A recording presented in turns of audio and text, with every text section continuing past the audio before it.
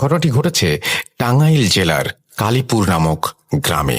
এই গ্রামটিতে প্রায় অধিকাংশ লোক হিন্দু পরিবার। আমার বাড়ি থেকে ঘটনার স্থানটি বেশি দূরে নয়। আমাদের বাড়ির সামনে দক্ষিণ দিকে একটি ছোট বিল, বিলের ওপারে দালাল বাড়ি। দালাল বাড়ি নামে ওই জায়গাটি সবাই চেনে। বাড়িটির নাম দালাল বাড়ি হলো কেন সেটি আমার অজানা।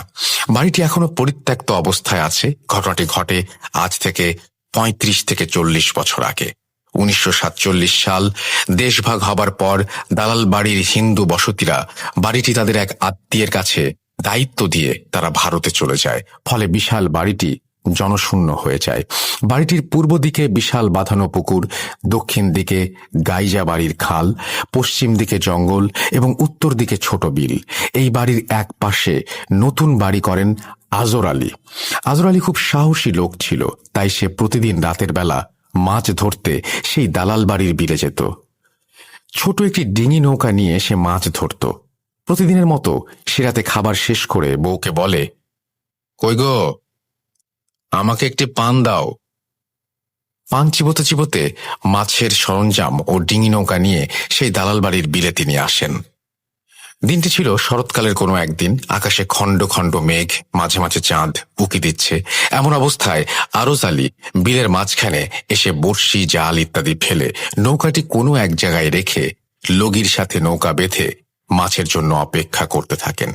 কিছুক্ষণ পর আরজ আলীর তন্দ্রা আসলে সে নৌকার মধ্যে শুয়ে পড়ে এবং একসময় ঘুমিয়ে যায়। হঠাৎ আরজ আলী লক্ষ্য করে যে তার পিঠের নিচে ভেজা ভেজা লাগছে। তৎক্ষণাৎ সে উঠে বসে এবং নৌকার প্রায় অর্ধেক সে দেখে যে পানিতে ডুবে গেছে, ভর্তি হয়ে গেছে। সে নৌকার মাথার দিকে তাকিয়ে দেখে একটি সাদা কাপড়ে জড়ানো অবয়ব বসে আছে। তার হৃৎপিণ্ড যেন ভয়ে বন্ধ হয়ে যাওয়ার মতো অবস্থা হয়। এখন সে কি করবে কোনো কুল কিনারা না পেয়ে দুই হাত জড়ো করে কাঁদো কাঁদো কণ্ঠে বলে, তুমি যদি পুরুষ হও তাহলে তুমি আমার বাবা লাগো, তুমি যদি মেয়ে হও তাহলে তুমি আমার মা হও। এই কথা বলার পর সে কণ্ঠটি বলে ওঠে, বড় মুশকিলে ফেলে দিবি। আজ তোর শেষ দিন। তোর জন্য আমার বড় সমস্যা হতো, কিন্তু তুই যখন আমাকে মা ডাকলি, মা কি সন্তানকে মারতে পারে? যা, আমি ছেলে হিসেবে মেনে নিলাম। আজ থেকে তুই আমার ছেলে। তুই খুব ভয় পেয়েছিস, আজকে আর মাছ ধরার দরকার নেই। তুই বাড়ি যা। কাল দুপুরে ঘরের সিলিং এর মধ্যে একটি নতুন পোলো, মাছ ধরার বিশেষ যন্ত্র বেঁধে রাখবি। আমি তোকে চিকিৎসা দেব, আর তুই 3 দিন কোনো মাছ মাংস খাবি না। রাতের বেলা থেকে আজর আলীর জ্বর আসে এবং সে অবয়বের কথা মতো সিলিংয়ে একটি নতুন পোলো বেঁধে দুপুরবেলা খাটের মধ্যে শুয়ে থাকে। হঠাৎ পোলোটি যেন দুলতে থাকে এবং আরজের গায়ে ঠান্ডা বাতাস লাগতে শুরু করে। এভাবে আরজ আলী 3 দিন চিকিৎসা নেয় এবং জ্বর ভালো হয়ে যায়। তারপর থেকে আরজ আলী প্রতিদিন মাছ ধরতে যেত নৌকা নিয়ে। নৌকাটি বেঁধে যখন আরজ আলী বসত, ঠিক তখন অবয়বটি সেই দালাল বাড়ির একটি বিশাল গাছ থেকে বাতাসের ভর করে নৌকার মাথায় এসে বসত এবং দুজনে সারা রাত কথা বলতো, প্রচুর মাছ ধরত। এভাবে আরজ আলী তার মায়ের সাথে প্রতিদিন রাত্রে কথা বলতো। কিছুদিন পর হঠাৎ একদিন অবয়বটি রাত্রে আজর আলীর নৌকায় এসে বসে। আজর আলী তার মায়ের সাথে কথা বলে, কিন্তু এবার তার মা যেন চুপচাপ, কোনো কথা বলে না। একটু ভয়ে ভয়ে আজর আলী জিজ্ঞেস করে, মা, আজ তুমি কেন কথা বলো না? তাহলে তুমি কি আমাকে আজ মেরে ফেলবে? তখন অবয়বটি বলে, না, মা কি সন্তানকে কোনোদিন মেরে ফেলতে পারে? আমি একটা সমস্যায় পড়েছি। আজর আলী বলে, কি সমস্যা? অবয়বটি বলে, আমি যে গাছে থাকি সেই গাছটি গাছের মালিক বিক্রি করে দিয়েছে। কালকে গাছটি কেটে ফেলবে। তখন আরজ আলী বলল, মা, তুমি একদম চিন্তা করো না, আমি ব্যবস্থা নিচ্ছি। পরদিন খুব সকালবেলা আরজ আলী সেই গাছটির মালিকের সাথে দেখা করে বিষয়টি খুলে বলে। মালিক বলে, গাছের টাকা ফিরিয়ে দেওয়া তার পক্ষে সম্ভব নয়, কারণ টাকাটি তার খুব দরকার। তাই 7-5 না ভেবে আরজ আলী তার পকেট থেকে গাছ বিক্রির টাকাটা মালিককে ফিরিয়ে দেয় এবং শর্ত দেয়, এই গাছ আমি কিনে নিলাম, কোনোদিন এই গাছ কাটা যাবে না। মালিক তার শর্তে রাজি হয়ে যায়। তারপর রাত্রিবেলা একসময় সেই অবয়বটি নৌকায় আসে এবং আরজালিকে বলে, আজ আমি খুব খুশি, সত্যি আমার ছেলের মতো কাজ করছিস। আমি তোকে কথা দিলাম, আমি যতদিন এখানে আছি ততদিন তোর এবং তোর পরিবারের কোনো ক্ষতি হবে না। যেমন তোর বাড়ির কোনো শিশু বাচ্চা পানিতে পড়ে মরবে না, বাড়িতে আগুন লাগবে না, চোর চুরি করতে পারবে না, ইত্যাদি। আরজালি অনেক দিন বেঁচে ছিল। আজও ওই বাড়িতে আরজালির ছেলে নাতিপুতি সহ অনেকে বাস করে। কোনোদিন ওই বাড়ির কোনো ক্ষতি শোনা যায়নি। তবে ওই বাড়িতে 3বার চুরির ঘটনা ঘটে। আশ্চর্য বিষয়, 3বারই চোর হাতে নাতে ধরা পড়ে। এই ছিল ঘটনা। ঘটনাটি ভালো লাগলে পড়ে শোনাবেন। ভূত.com দীর্ঘজীবী হোক। মির্জা রোকন আহমেদ, ব্যক্তিগত কর্মকর্তা, বাংলাদেশ সুপ্রিম কোর্ট, হাইকোর্ট বিভাগ, ঢাকা। তারপরে তিনি তার মোবাইল নাম্বার শেয়ার করেছেন। এই ছিল তার ঘটনা। আশা করছি যে এই ঘটনাটিও আপনাদের ভালো লেগেছে। আমরা আপনাদের কাছ থেকে আরো ভালো ঘটনা প্রত্যাশা করি এবং সেই ঘটনাগুলো যদি আপনারা পাঠান তাহলে আমরা অবশ্যই সেগুলো পড়ে শোনাবো। আপনাদের ঘটনা পাঠাতে হলে আমাদের ইমেল অ্যাড্রেসটা মনে রাখতে হবে। আমাদের ইমেল অ্যাড্রেস হচ্ছে russell.booth.com@gmail.com। আপনার নাম, ঠিকানা এবং ফোন নাম্বার সহ আপনার জীবনে ঘটা বা আপনার জানা সেরা ঘটনাগুলো পাঠিয়ে দিন আমাদের কাছে। আমরা চলে যাব আমাদের পরবর্তী ঘটনায়।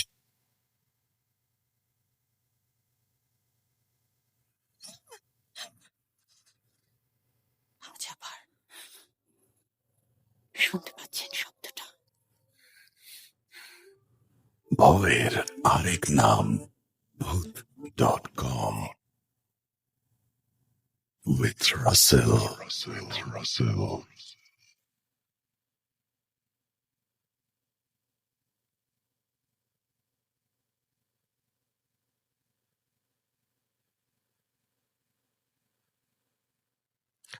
ইয়েস, কোনো সন্দেহ নেই যে ভয়ের আরেক নাম ভূত.com।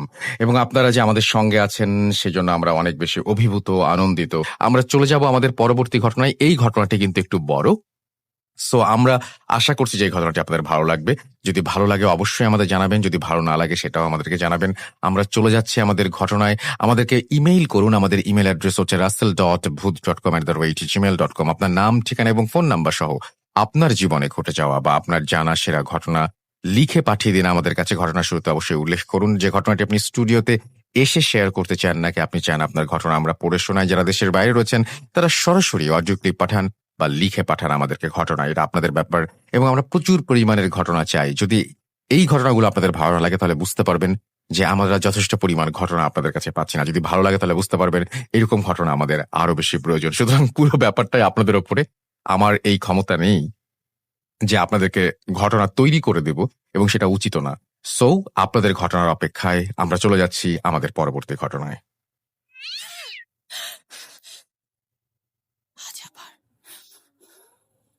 শুনতে পাচ্ছেন শব্দটা? ভয়ের আরেক নাম ভূত.com with Russell. যেভাবে লেখা আছে আমি সেভাবেই পড়ছি। আসসালামু আলাইকুম রাসেল ভাই, আশা করি ভালো আছেন। আমার নাম আসিফ, সিরাজগঞ্জ, রায়গঞ্জ থেকে। এর আগে কোনোদিন এরকম ঘটনা শুনিনি। 94তম এপিসোডে আমার জীবনের একটি আশ্চর্যজনক সাইকেল রিলেটেড ঘটে যাওয়া ঘটনা আপনি সবার সাথে শেয়ার করেন, তার জন্য অনেক অনেক ধন্যবাদ। আসলে আমার বন্ধু মেহেদি আমার ঘটনাটি শেয়ার করে। আমার ঘটনাটি আমার বন্ধু মেহেদি ভূত.com-এর এখানে শেয়ার করবে বলে আমাকে জানায় এবং আমি তাকে শেয়ার করার জন্য অনুমতি দেই, যার জন্য আপনাদের সাথে এই ঘটনাটি শেয়ার করা হয়েছিল। আমার সাথে ঘটে যাওয়া কিছু গোপন কথা রেখে দেই আমার বন্ধুর কাছে, কারণ এগুলো বললে হয়তো সমস্যা হতে পারে, এই কথা ভেবেই সেই গোপন রাখা। একদিন মেহেদি আমাকে বলে, বন্ধু, তোর ঘটনা ভূত.com-এ শেয়ার করেছে, তুই ডাউনলোড করে শোন, ভালো লাগবে তোর। তো ডাউনলোড করে শোনার পর আসলে বলতে গেলে প্রথমবারের মতোই ভালো লাগলো। আসলে এই ঘটনাটিও আমার বন্ধুকে বলেছিলাম শেয়ার করতে, কিন্তু আমার বন্ধু কোম্পানিতে কর্মরত অবস্থায় থাকার কারণে তেমন সময় পায় না, যার জন্য আমাকে এই ঘটনাটি শেয়ার করতে বলা হয়। তার জন্যই প্রথমবারের মতো ঘটনা পাঠাচ্ছি। ভালো লাগলে শ্রোতাদের সাথে শেয়ার করার জন্য অনুরোধ করছি। আরেকটা কথা, সেটা হলো নিজের অজান্তে ঘটনা লেখার ভেতরে কোনো ভুল হলে ক্ষমা সুন্দর দৃষ্টিতে দেখবেন। এটা 100% সত্যি ঘটনা। ও আরেকটা কথা, 94তম এপিসোডে আপনি বলেছিলেন আমার বন্ধু মেহেদি আমার সাথে ঘটে যাওয়া ঘটনা জানতে পেরে সাইকেলটি উধাও হয়েছে, নাকি গ্রামের সব মানুষ জানার জন্য এটা হয়েছে, এবং আমার কোনো ক্ষতি হয়েছে কিনা। আসলে আমার বন্ধু ঘটনাটি জানার জন্য সাইকেলটি উধাও হয়নি, কারণ সেই জিনটা আমাকে শেষবারের মতো ওয়ার্নিং দেয় এবং জিন বলে, তোমার খুব কাছের মানুষ দেখে এবারের মতো ক্ষমা করে দিলাম, কিন্তু তোমার একটা জিনিস আমি নিয়ে যাব। এই কথাটিও আমার বন্ধুকে বলি, কিন্তু আমার বন্ধু মনে না থাকার কারণে হয়তো এই কথাটি তার ভুল হয়ে যায়। তবে আমার বন্ধুর থেকে আরেকটা কথা গোপন করি, সেটা হলো সাইকেলটি উধাও হওয়ার পর আমার একটা চোখ নষ্ট হয়ে যায়। আমি এইখানে একটা কথা বলতে চাই, ঘটনা বলতে বলতে আমি আবার থেমে গেলাম। আপনারা নিশ্চয়ই সাইকেল রিলেটেড এই ঘটনাটি শুনেছেন, এবং এইখানে একটা অদ্ভুত সাইকেলের কথা বলা হয়, যে সাইকেলটিতে চড়ে তারা খুব মুহূর্তের মধ্যেই এক জায়গা থেকে আর এক জায়গায় পৌঁছে যেত। এবং সেই সাইকেলটি একদিন সে যখন পড়ছিল তখন তার জানালার কাছে একজন মানুষকে সে দেখতে পায়, এবং সেই মানুষটি তার এই সাইকেলটির ব্যবস্থা করে দেয়। যারা এই ঘটনাটি শুনেননি তাদেরকে রিকোয়েস্ট করব ঘটনাটি শুনে ফেলার জন্য, তাহলে হয়তো এই ঘটনাটি বুঝতে আপনার জন্য অনেক সহজ হবে। যাই হোক, আমি আবারও পড়ছি, যেভাবে লেখা আছে সেভাবেই। তো উনি বলছিলেন যে ওনার চোখ নষ্ট হয়ে যায়। তারপরে তিনি বলছেন, যার জন্য এর পর থেকে আমি এক চোখে দেখতে পাই না। আপনি সত্যতা জানার জন্য এই কথাটি বললাম। আসলে এই কথাটি বলতাম না কোনোদিন, একমাত্র আপনার জন্যই এই কথাটি বলে রাখা। এবং এই কথাটি গোপন রাখার কারণ হলো, আমি যদি বলতাম তাহলে আমার বন্ধু অনেক আফসোস বা মন খারাপ করত, সে নিজেকে কোনোদিন ক্ষমা করতে পারত না। বন্ধু মেহেদি, তোকে একটা কথা বলি, আসলে যা হওয়ার হয়েছে, আমাকে মাফ করে দিস। আর এই ঘটনার জন্য তুই যেন কোনোদিন নিজেকে অপরাধী মানিস না। যাই হোক, সাইকেলটি উধাও হয়ে যাওয়ার পর মেহেদিকে বললাম আমার বাসায় আসতে। মেহেদি আমার বাসায় আসার পর সাইকেলটি না দেখতে পেয়ে আমাকে বলে, বন্ধু, তোর ঘটনা আমি জানার জন্য সাইকেলটি উধাও হয়েছে কি না অন্য কিছু? তখন মেহেদিকে বললাম, আরে না, তোর জন্য না। আসলে আমার মনে হয় গ্রামের সকল মানুষ জানার জন্য এমন হয়েছে, অথবা আমার ওপরে যে কালো জাদু করেছিল তার জন্য হয়েছে। আমার বন্ধু মেহেদি 94তম এপিসোডে আমার সম্পর্কে অনেক কিছু বলেছে, তাই বেশি কিছু বললাম না এখানে। তবে একটা কথা জেনে রাখুন, আমি মিথ্যা কম বলি। আর একটা কথা হলো, যারা মোবাইল বা টিভিতে নিষিদ্ধ কোনো কিছু দেখেন তাদের ওপরে এই কালো জাদু এফেক্ট করে বেশি। তো একটা কথা বলে রাখি, আমার ঘটনাটি যদি আপনি শেয়ার না করেন তাহলে 100% সত্য ঘটনাটি গোপনই থেকে যাবে। যাই হোক, অনেক কথা বললাম, এবার ঘটনায় যাওয়া যাক। ঘটনাটি ঘটেছে আমার জীবনে, আর এই ঘটনাটি সাইকেল রিলেটেড ঘটনা। আমি যতদিন বেঁচে আছি ততদিন আমার মনের মাঝে স্মৃতি হয়ে থাকবে। আসলে কালো জাদু অনেক আগে থেকেই চলে আসছে। যেমন এক সময় একটি মহিলা আমাদের প্রিয় নবী হযরত মুহাম্মদ সাল্লাল্লাহু আলাইহি ওয়াসাল্লামকে কালো জাদু করেন চুল দিয়ে, আর সেই চুলে মন্ত্র পড়ে 11টা গিট দেয়া হয়, যার জন্য আমাদের প্রিয় নবী কখন কি করতেন বা কোথায় যেতেন সব ভুলে যেতেন। আসলে আপনারা খেয়াল করে দেখবেন, চুলে এই 11টি গিট দেওয়ার জন্য সূরা ফালাক আর নাসের ভেতরে 11টা আয়াত। যাই হোক, এই ঘটনাটি আমার সাথে ঘটে 2014 সালের মাঝামাঝি সময়, অর্থাৎ রাজু মারা যাওয়ার আগের ঘটনা এবং পরের ঘটনা। যাই হোক, জিনের সাথে পরিচয়, জিনের দেয়া সাইকেল, এসব কিছু আমার জীবনে এসে আমার জীবনটাকে অনেক পাল্টে দেয় এবং আমি ক্ষতিগ্রস্ত হয়ে যাই। আসলে বলতে গেলে আমি কোনোদিন ভাবতে পারিনি এই সাইকেলটির জন্য মানুষের ক্ষতি হবে, অথবা আমারও। এখানে আমি কি বা করতাম? বলতে গেলে এখন তো আমার কিছু করারই নেই। এই সাইকেলটির লোভ সামলাতে পারলে হয়তো এই দুইটি মানুষ বেঁচে থাকত। লোভ মানুষকে কতটুকু ক্ষতি করে সেটা আমার ঘটনা দ্বারাই বুঝলাম।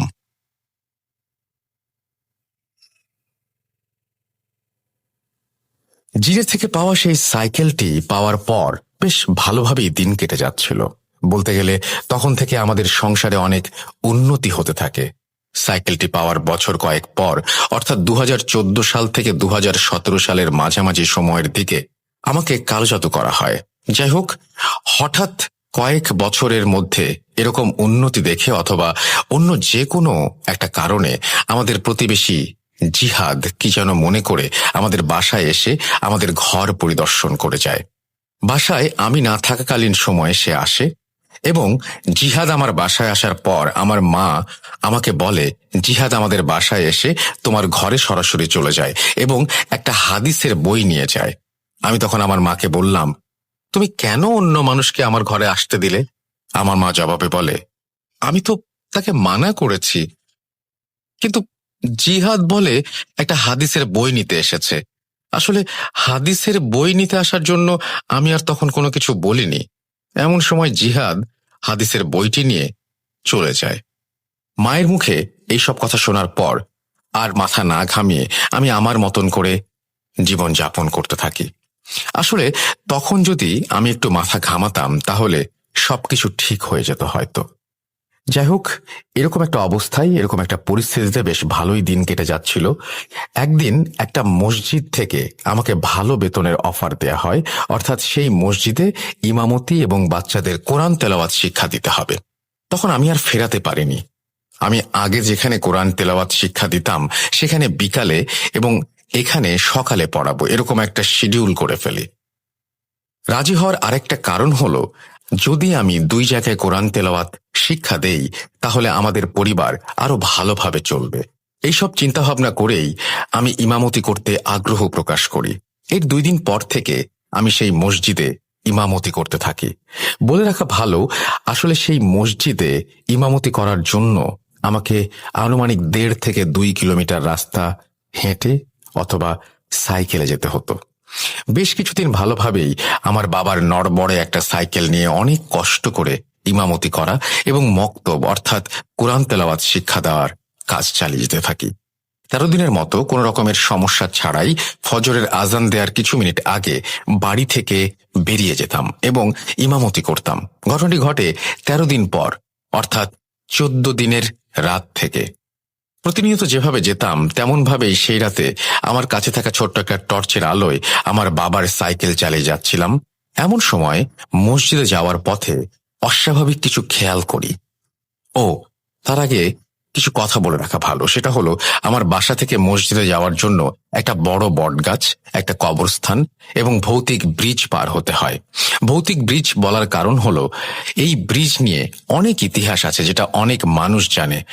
অন্য একদিন এই ব্রিজ নিয়ে ঘটে যাওয়া ঘটনা শেয়ার করব ইনশাল্লাহ।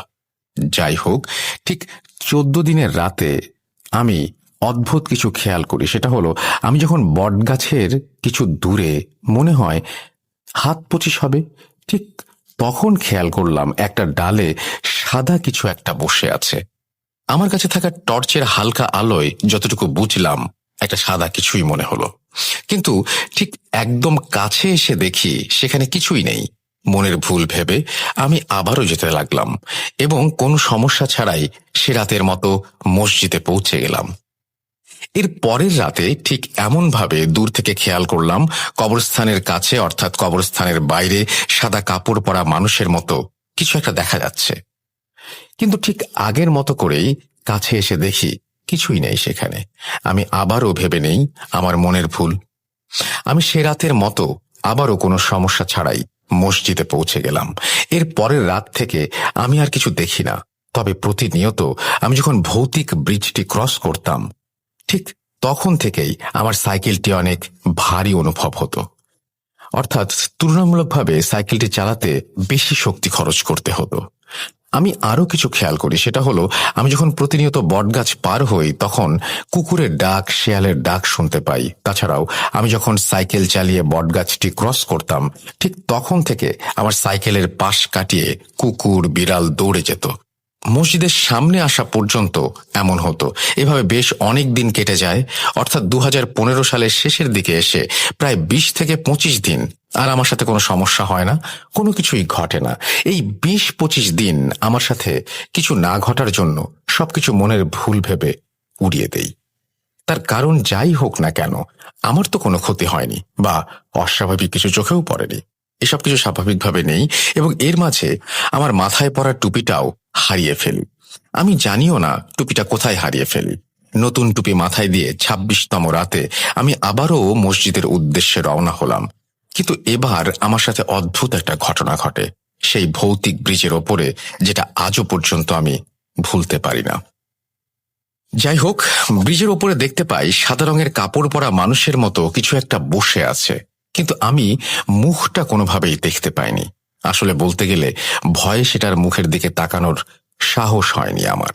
সেই সাদা রঙের কাপড় পরা মানুষের মতো তাকে পাশ কাটিয়ে আসতেই একটা শব্দ শুনতে পাই, সেটা হলো, তুই আর বেশি দিন বাঁচতে পারবি না। এই কথা শুনে মনে হচ্ছে আমি আর আমার মধ্যে নেই।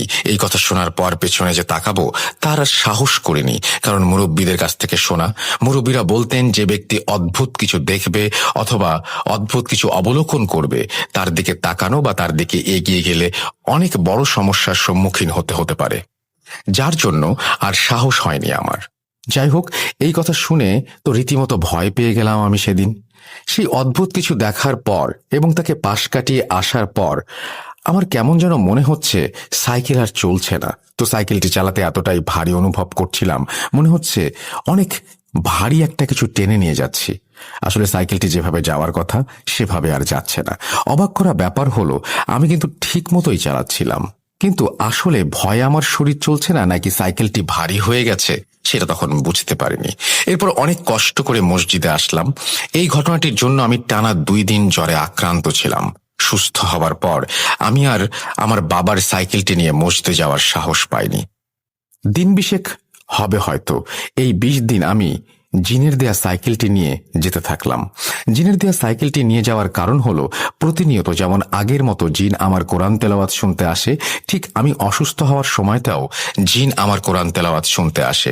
কিন্তু আমি তখন জিনকে বলি, আমি আজকে কোরআন তেলাওয়াত করতে পারবো না, তুমি আজকের মতো চলে যাও। তখন জিনটি চলে যাওয়ার আগে একটা কথা আমাকে বলে যায়। কথাটি হলো, তোমার সামনে অনেক বিপদ, সাবধানে থেকো।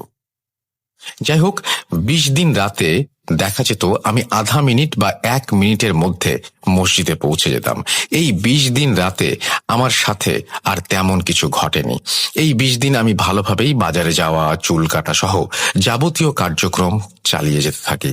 কিন্তু এই ২০ দিন রাত হওয়ার আগেই বাসায় ফিরে আসতাম। ২০ দিন পর জিনের দেয়া সাইকেলটি নিয়ে আমার আর যাওয়া হয়নি। আর সেই রাত থেকেই শুরু হয় আমার সাথে ঘটে যাওয়া কিছু ভয়ঙ্কর ঘটনা। ২০ দিন পর সাইকেলটি না নেওয়ার কারণটা হলো, এই ২০টা দিন রাতে ফজরের নামাজ আদায় করতে আসা বিভিন্ন মানুষ বিভিন্ন ধরনের প্রশ্ন করে আমাকে। প্রশ্নগুলো ছিল এমন, কি ব্যাপার হুজুর, আপনি এরকম অদ্ভুত সাইকেল কোথায় পেলেন, কবে কিনলেন, কোথায় কিনলেন, আরো অনেক কিছু। এরকম কথাগুলো আমি কোনো রকমে এড়িয়ে আসতে থাকি। এই ২০ দিনে আমাকে প্রতিনিয়ত অনেক প্রশ্নের সম্মুখীন হতে হয়। এ সকল প্রশ্নের মুখোমুখি না হওয়ার জন্য ২০ দিন পর আমি সাইকেলটি নিয়ে যাইনি। আসলে সেটাই ছিল আমার সবথেকে বড় ভুল। ২১তম রাতে আমি আবারও আমার বাবার নড়বড়ে সাইকেলটি নিয়ে ফজরের আজান দেওয়ার আগে মসজিদের উদ্দেশ্যে রওনা হলাম। কিন্তু এইবার এই ঘটনাটির সম্মুখীন হওয়ার জন্য আমি একেবারেই প্রস্তুত ছিলাম না। আসলে এমন ভয়ানক দৃশ্য আমার মনে হয় কেউ দেখতে চাইবে না। যাই হোক, আমি রাস্তা দিয়ে প্রতিনিয়ত যেভাবে যেতাম তেমনভাবে যাচ্ছিলাম। পথিমধ্যে সেই ভয়ানক ব্রিজের ওপরে আসতে আমি দেখতে পেলাম ঠিক ব্রিজের মাঝখানে একটা খাটিয়া রাখা। এটা দেখার পর আমার সারা শরীর কেঁপে উঠেছে, এমন কাঁপুনি উঠল, আসলে বলতে গেলে তখন আমার শরীরের শক্তি একেবারে আমি হারিয়ে ফেলেছিলাম। ভয়ে ভয়ে খাটিয়াটির কাছে আসতেই দেখতে পাই খাটিয়ায় আমার লাশ।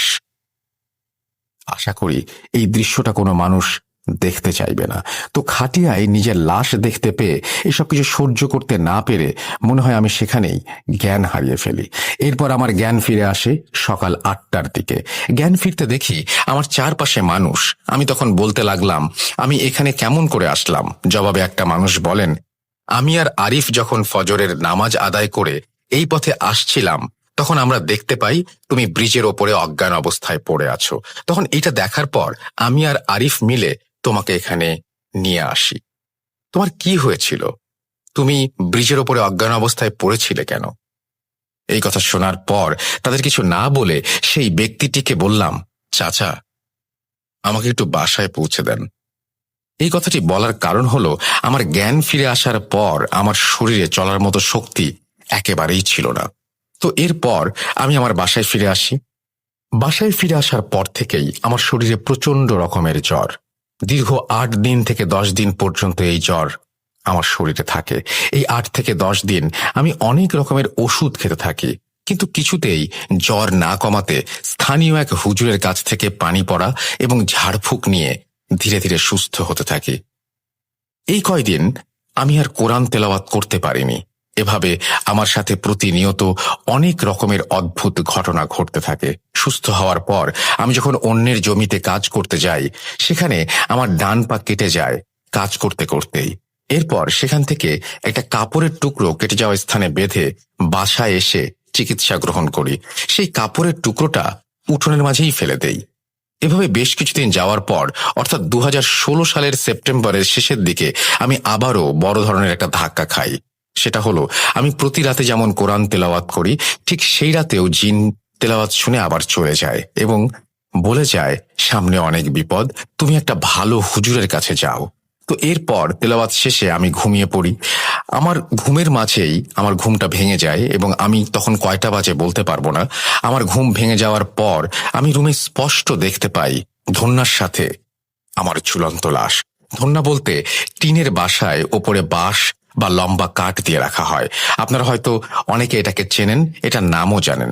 আসলে আমাদের গ্রামের ভাষা, তাই এটাই ব্যবহার করলাম। যাই হোক, এরপর এই দৃশ্য দেখতে পেয়ে আমি এতটাই ভয় পেয়েছিলাম, কি বলবো। এই দৃশ্যটা দেখার পর থেকে আমি চিৎকার করে বলে উঠি, মা, আমাকে বাঁচাও, আমাকে মেরে ফেলবে। এই কথা বলার পর আমি সেন্স হারিয়ে ফেলি। সেন্স ফিরে আসার পর আমি দেখতে পাই আমার রুমে আমার মা বাবা বসে আছে। আমার মা বাবাকে বলি, তোমরা আমার রুমে আসলে কেমন করে? আমার রুমের দরজা তো ভেতর থেকে লাগানো ছিল। জবাবে আমার বাবা বলে, তোমার চিৎকার শুনে তোমার রুমের কাছে এসে অনেক ডাকাডাকি করার পর কোনো সাড়া শব্দ না পেয়ে দরজা ভেঙে ভিতরে এসে দেখি তুমি মেঝেতে অজ্ঞান হয়ে পড়ে আছো। কি হয়েছে? তুমি রাতে অমন করে চিৎকার করছিলে কেন? আমি বাবাকে বলি, একটা বাজে স্বপ্ন দেখে ভয়ে চিৎকার করছিলাম বাবা। এই কথাটা বলি কারণ আমি ভেবেছিলাম আমি আসলেই বাজে কোনো স্বপ্ন দেখেছি। যাই হোক, বিভিন্ন কাজের পর দিন গড়িয়ে রাত আসে। আমি ঠিক আগের মতো করেই এবারও কোরআন তেলাওয়াত করতে থাকি এবং তখন জিনটি কোরআন তেলাওয়াত শেষে বলে যায়, তোমার সামনে খুব বিপদ, তোমার উপরে কালো জাদু করেছে, তুমি একটা ভালো কোনো হুজুরের কাছে যাও। এই কথা বলে জিন চলে যায়। এই কথা জিনের থেকে শোনার পর ভাবতে থাকি, আসলে কে আমাকে কালো জাদু করেছে, কেন করেছে, কিসের জন্য করেছে, কি ক্ষতি করেছি তার। এইসব কথা ভাবতে ভাবতে আমি ঘুমিয়ে পড়ি। এই রাতটা কোনো রকমের খারাপ কিছু না দেখে ভালোভাবেই কেটে যায়। রাত গড়িয়ে সকাল হওয়ার পর সকালের খাবার খেয়ে আমার সাথে কি হয়েছে সবকিছু আমার মা বাবাকে বলি। এই কথা মা বাবা শোনার পর আগের সেই হুজুরের শরণাপন্ন হলাম। তো হুজুরের সাথে দেখা করে সবকিছু বলার পর হুজুর বলে, আসলে এই ব্যাপারে আমি তোমাকে কোনোভাবে সাহায্য করতে পারবো না, তুমি অন্য হুজুরের কাছ থেকে সাহায্য নাও। এর 2-1 দিন পর সিরাজগঞ্জের মাসুমপুরে এক হুজুরের কথা জানতে পেরে তার সাথে দেখা করতে চাই। হুজুরের সাথে দেখা করার পর হুজুর আমাকে বলেন, আমাকে 5টা মিনিট সময় দিন, আমি দেখছি কি হয়েছে আপনার। তারপর 5 মিনিট চলে যায়। হুজুর আসে এবং বলে, আপনাকে জঘন্যভাবে কালো জাদু করা হয়েছে। তখন হুজুরকে বললাম, এর থেকে পরিত্রাণ পাওয়া যাবে সেই উপায়টা একটু বলে দিন না। হুজুর জবাবে বলেন, দেখুন, আপনাকে সুস্থ করার মতো কোনো সামর্থ্য আমার নেই। আপনারা অন্য কোনো বড় হুজুরের কাছে যে যত দ্রুত সম্ভব সাহায্য নিন। আশাহত হয়ে সেখান থেকে আমরা বাসায় চলে আসি এবং নানা ধরনের হুজুরের শরণাপন্ন হয়েও সবাই একই কথা বলে ফিরিয়ে দেয়। এর মধ্যে আমার প্রতিনিয়ত কাজগুলো চালিয়ে যেতে থাকি এবং আমার সাথে অদ্ভুত সব ঘটনা ঘটতেই থাকে। বেশ কিছুদিন যাবার পর রাতে কোরআন তেলাওয়াত করার সময় জিন তেলাওয়াত শেষে একটা হুজুরের কথা বলে যায়। সেই হুজুরের সাথে দেখা করতে বলেন জিনটা। জিন বলে, অমুক জায়গায়, অর্থাৎ বরিশালের এক জায়গায় নাম বলে, কিন্তু এখন আমার সঠিক মনে নেই। তো সেখানে গিয়ে কালকেই দেখা করতে বলে হুজুরের সাথে। হুজুরের নামটি ছিল মোজাম্মেল। তো হুজুরের সাথে দেখা করার পর হুজুর আমাকে দেখেই বলে, তোমাকে তো বাজে ধরনের কালো জাদু করা হয়েছে। এই কথা হুজুরের কাছে শোনার পর আমার মাথা কাজ করছিল না। আমি বুঝতে পারছিলাম না কি করব। এরকম জঘন্য কাজ কে করলো? যাই হোক, এরপর হুজুরকে বললাম, যেমন করেই হোক আমাকে ভালো করুন। হুজুর বললেন, আমাকে 7টা দিন সময় দাও, আমি 7 দিন পর তোমাদের বাসায় যাব। এরপর হুজুরকে আমার বাসার ঠিকানা এবং মোবাইল নাম্বার দিয়ে সেখান থেকে বাসায় ফিরে আসি। এই 7 দিন আমি আরো অনেক ভয়ের মুখোমুখি হয়েছি। যেমন, আমি একদিন দুপুরে নামাজ আদায় করে মসজিদ থেকে বাসায় ফিরছিলাম। বাসায় ফেরার পথে পেছন থেকে কে যেন আমাকে সজোরে ধাক্কা দেয়। ধাক্কায় আমি রাস্তার মাঝে পড়ে যাই এবং পড়ে যাবার পর আমি খেয়াল করি সেখানে কেউ নেই। আশ্চর্য বিষয় হলো, চতুর্পাশে এমন ফাঁকা এবং রাস্তাটাও ছিল একদম ফাঁকা। আর এই ফাঁকা রাস্তায় আমার চোখে ফাঁকি দেওয়া অসম্ভব। আসলে একটা মানুষ যদি আমাকে ঠাট্টা করে ফেলে দেয়, তাহলে আমি তাকে অবশ্যই সেখান দিয়ে যেতে দেখতে পেতাম। আমি তখন ভাবতে থাকি, ধরলাম একটা মানুষই আমার সাথে এমন করেছে, সেই মানুষটি তো 3-4 সেকেন্ডের মধ্যে উধাও হয়ে যেতে পারবে না। প্রতিনিয়ত আমার সাথে অনেক কিছুই ঘটছে। এরই একটা অংশ ভেবে আমি খুব দ্রুত সেখান থেকে বাসায় চলে আসি। ঠিক এর পরের দিন রাতে আমার যখন ওয়াশরুমে যাওয়ার প্রয়োজন হয়, তখন আমার সাথে আরেকটা ভয়ানক ঘটনা ঘটে। সেটা হলো, আনুমানিক মাঝরাত বা তার আগে অথবা তার একটু পরেও হতে পারে, আসলে সঠিক জানি না। বলে রাখা ভালো, ওয়াশরুমটা ছিল আমার বাসার একটু উত্তর দিকে, অর্থাৎ ঘর থেকে 20-25 পা হবে এরকম দূরত্বে। তো তখন আমি বাসার উঠোনের মাঝখান দিয়ে দেখতে পাই একটা লাশ, এবং সেই লাশের মাথা দেহ থেকে আলাদা করা, এবং দেহ থেকে প্রচুর পরিমাণে রক্ত পড়ছে এবং জায়গাটা ভিজে আছে। আমি খুব ভয় পাই। আসলে এই দৃশ্যটা দেখার জন্য আমি একেবারেই প্রস্তুত ছিলাম না। খুব ভয়ের কারণ হলো, লাশটা আর কারো নয়, সেই লাশটি ছিল আমার নিজের লাশ। এভাবে দেখার পর আমি সহ্য করতে না পেরে উচ্চ স্বরে এক চিৎকার দিয়ে সেখানেই জ্ঞান হারিয়ে ফেলি। জ্ঞান ফিরে আসার পর আমার বাবা মাকে সব খুলে বলি। এভাবে খুব ভয়ানক ঘটনা ঘটতেই থাকে আমার সাথে। 7 দিন কাটানোর পর হুজুর আমার বাসায় ঠিক মাগরিবের আজানের সময় এসে উপস্থিত হন। হুজুর বাসায় ফিরে আমাদের সবাইকে একটা রুমে নিয়ে যান এবং হুজুর বলেন কে এই কাজটি করেছে এবং কেন করেছে সেটা মাগরিবের নামাজ আদায় করে তিনি বলবেন। নামাজ আদায় করার পর হুজুর সবাইকে এক রুমে নিয়ে বলতে থাকেন। হুজুর তখন একটা ছেলের নাম বলে। আমি তখনও বিশ্বাস করতে পারিনি এবং আজ পর্যন্ত বিশ্বাস করতে পারি না এই ছেলে এই কাজ করেছে। তো এরপর হুজুর আমাদের বলেন, এই কাজটি জিহাদ নামের একটি ছেলে করেছে। আসলে তোমার ওপরে অনেক রাগ এবং একটা লোভের বশবর্তী হয়েই এমন কাজ করেছে। হুজুরের কাছ থেকে এটা শোনার পর আমি ভেবে অবাক হই যে জিহাদ আমার উপরে কালো জাদু কেন করবে? আমি তো তার কোনো ক্ষতি করিনি বা তার পরিবারেরও কোনো ক্ষতি করিনি। আমি খুব ভেঙে পড়ি। আপনারা ভাবছেন ঘটনাটি এখানেই শেষ, কিন্তু এখনো অনেক রহস্যময়তা লুকিয়ে আছে এই ঘটনায়। সুতরাং প্রিয় লিসনার্স, দয়া করে আরেকটু অপেক্ষা করুন এবং শুনতে থাকুন। আর এই সকল ভয়ানক ঘটনা ঘটে আসিফ মারা যাওয়ার পর থেকেই। আসিফ মারা যাওয়ার 30 থেকে 35 দিন আমার সাথে খুব ভয়ানক ঘটনা ঘটে যায়। এরপর হুজুরের কাছে আমি জানতে চাই কেন আমার সাথে জিহাদ এরকম করেছে। হুজুর বলছেন, 2014 সালে জিহাদ গ্রামের একটা মেয়েকে পছন্দ করত এবং ভালোবাসত। একদিন যখন ঈশার নামাজ পড়ে মসজিদ থেকে বাসায় ফিরছিল, তখন তুমি ফেরার পথে রাতের বেলায় তাদের একসাথে দেখতে পাও। এরপর তুমি জিহাদের পরিবার ও মেয়ের পরিবার অর্থাৎ মনিকার পরিবারকে জানাও। তাদের পরিবারকে জানানোর পর থেকে তোমার ওপরে ক্ষিপ্ত হয়ে তোমার ওপর কালো জাদু করেছে। তখন আমি হুজুরকে বললাম, হুজুর, আমি তো সঠিক কাজটাই করেছি, কারণ এদের কেউ দেখলে এদের পরিবারের মান সম্মান সব যেত। আসলে সম্মান বলতে মনিকার পরিবারের বেশ সম্মান নষ্ট হতো, কারণ জিহাদের পরিবার এবং মনিকার পরিবার এদের দুজনের মধ্যে পার্থক্য ছিল অনেক, যার জন্য মনিকার পরিবারের কেউ এই সম্পর্ক মেনে নিত না। 7 দিনের ভেতরে মনিকাকে বিয়ে দিয়ে দেয় তারা অন্য জায়গায়। এরপর হুজুর বলেন, তুমি যখন তাদের পরিবারকে জানাও, তার কয়েকদিন পর মনিকার বড় ভাই জিহাদকে অনেক মারধর করে। এরপর মনিকার অন্য জায়গায় বিয়ে হওয়াতে তোমার উপরে তার অনেক ঘৃণা এবং রাগের জন্ম হয়, যার জন্য সে ক্ষিপ্ত হয়ে তোমার উপরে কালো জাদু করেছে। কিন্তু তুমি অনেক ধার্মিক বলে তেমন কোনো ক্ষতি করতে পারেনি। তুমি যখন ফজরের আগে নামাজ পড়াতে মসজিদে যেতে, তখন তুমি যেগুলো দেখতে আসলে সেগুলো ছিল কালো জাদুর অংশ। আর 2 নম্বর কারণ হলো রাজু আর জিহাদ খুব ঘনিষ্ঠ বন্ধু। রাজু সাইকেলটির কথা জানতে পেরে জিহাদকে কথায় কথায় ভুলক্রমে সব বলে দেয়, কিন্তু জিহাদ রাজুকে কোনো কিছু বুঝতে না দিয়ে হেসে উড়িয়ে দেয়। তার কারণ জিহাদ এই সাইকেলটির কথা আগে থেকেই জানতো, আর এই কথাটি জানতে পেরেই সে তোমাকে সর্বপ্রথম কালো জাদু করে। এই অদ্ভুত সাইকেলটির কথা তোমার উপরে কালো জাদু করার মাধ্যমে সে জানতে পারে। আসলে জিহাদ অনেক আগে থেকেই কালো জাদু চর্চা করত, এবং তোমার কালো জাদুতে শক্তি কম এবং তুমি ধার্মিক হওয়ায় তোমার উপরে তেমন কোনো ক্ষতি করা সম্ভব হয়নি। তখন সে একটা বড় সুযোগের অপেক্ষায় থাকে। এরপর জিহাদ ভেবে পাচ্ছিল না সেই বড় সুযোগটা সে কিভাবে নেবে, নিজের প্রতিশোধ এবং সাইকেলটা নেবে বলে সে ঠিক করে। এবং শেষ পর্যন্ত জিহাদ একটা পর্যায়ে একটা কালো জাদুকর পণ্ডিতের থেকে আরো ভালোভাবে কালো জাদু শিখে তোমার উপরে 3টা খারাপ জিন চালান দেয়। অর্থাৎ রাজু মারা যাওয়ার 1 সপ্তাহখানেক পর থেকে তোমার রক্ত, তোমার চুল, তোমার পরনের কাপড়ের টুকরো, তোমার মাথার টুপির 1 টুকরো পায়, তখন কিছু ব্যবহার করা হয় এই কালো জাদুতে। যখন এসব কিছু নিয়ে কালো জাদু করা হয়, তখন থেকে জাদু আরো বেশি শক্তিশালী হয়।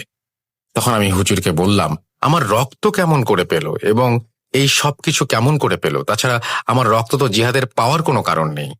হুজুর বলেন, আসলে কালো জাদু করার জন্য কিছু জিনিস নিয়ে সেগুলো কালো জাদুতে প্রয়োগ করতে হয়। যেমন তোমার পরনের একটা কাপড় প্রথমে কেটে নিয়ে যায়। এরপর জিহাদের কাজ ছিল প্রতিনিয়ত তোমাকে ফলো করা। একদিন তোমাকে ফলো করার সময় জিহাদ খেয়াল করে তোমার মাথার টুপি পড়ে গেছে। এরপর টুপিটা সে কুড়িয়ে নেয়। তুমি যখন মাঠে কাজ করতে যাও তখন তোমার পা কেটে যায়। বাসায় এসে সেই রক্ত মাখা কাপড়ের টুকরো ফেলে দাও, তখন জিহাদ সেই টুকরোটাও কুড়িয়ে নিয়ে যায়। তুমি যখন বাজারে চুল কাটাতে গিয়েছিলে তখন জিহাদ সেখান থেকে তোমার চুল সংগ্রহ করে, এবং শেষ ধাপে সংগৃহীত করা তোমার সবকিছু সম্পূর্ণ একটা কালো বিড়ালকে মন্ত্র পড়ে জোর করে খাইয়ে দেয়া হয়। তারপর সেই বিড়ালটিকে জীবিত অবস্থায় একটা বাক্সে ভরে তোমাদের বাসার সামনের ওইখানে, অর্থাৎ বাসার এক কোণায় পুঁতে রাখা হয়। এটি ছিল শেষ ধাপ। এরকম কালো জাদু করার জন্য তুমি বিভিন্ন সময়ে বিভিন্ন ভয়ের সম্মুখীন হও। তোমার শরীর এত শুকিয়ে গেছে, তার কারণ বিড়ালটি কিছু না খেতে পেরে শুকিয়ে যাচ্ছে, সাথে সাথে তোমার শরীরের অবস্থারও অবনতি হচ্ছে। আর কিছুদিন পর হয়তো বিড়ালটি মারা যেত, এবং বিড়ালটি মারা যাওয়ার সাথে সাথে তুমিও মারা যেতে। তোমার কপাল ভালো, আমার সাথে দেখা হয়েছে। এখন দেখা যাক আল্লাহ ভরসা তোমাকে সুস্থ করতে পারি কিনা। এরপর হুজুর আমার বাবাকে বলেন, আরো কিছু প্রয়োজনীয় জিনিস লাগবে। সেগুলো হলো আপনাদের বাসার উঠোনের 1 মুঠো মাটি, আপনার ছেলের 1 ফোঁটা রক্ত, চুল, মাথার টুপির একটা টুকরো এবং তার পরনের কাপড়ের 1 টুকরো এনে দিন। এরপর হুজুর তার কাজের প্রক্রিয়া অনুযায়ী সেই বাক্সটি উদ্ধার করে, এবং হুজুরের চাওয়া জিনিসগুলো একটি গ্লাসের পানিতে মিশ্রিত করে খাইয়ে দেওয়া হয় সাথে সাথে। এবং এরপরেই বিড়ালটি গড়গড় করে বমি করে এবং ভেতর থেকে সবকিছু বের করে দেয়। হুজুর ওই সব নষ্ট করে ফেলে। এরপর হুজুর বলেন, আলহামদুলিল্লাহ, আশা করি আর কোনো সমস্যা হবে না। এরপর হুজুর চলে যাওয়ার আগে আমাদের বাসার চারপাশে তাবিজ পুঁতে দিয়ে যান এবং আমার হাতে একটা তাবিজ বেঁধে দেন। হুজুর বলেন, এরপর থেকে আর কোনো সমস্যা হবে না। এটা আমার জীবনের সবচেয়ে স্মরণীয় এবং দুঃখজনক ঘটনা। যাই হোক, আমি সম্পূর্ণ সুস্থ হবার পর জিনটি আমার স্বপ্নে এসে বলে, আমার দেয়া সাইকেলটি এবং তার সাথে তোমার একটি অঙ্গ নিয়ে আমি চলে গেলাম। এই বাজে স্বপ্ন দেখে আমার ঘুম ভেঙে যায় এবং আমি কোনো কিছু না ভেবেই আবার ঘুমিয়ে পড়ি। কিন্তু বিষয়টা হলো, তার পরের দিন সকালে ঘুম থেকে উঠে দেখি সাইকেলটির সাথে সাথে আমার একটা চোখের জ্যোতিও আমি হারিয়ে ফেলেছি। তো সেই দিন সকালে এমন ঘটনা হওয়ার কারণে মেহেদিকে আমার বাসায় আসতে বলি।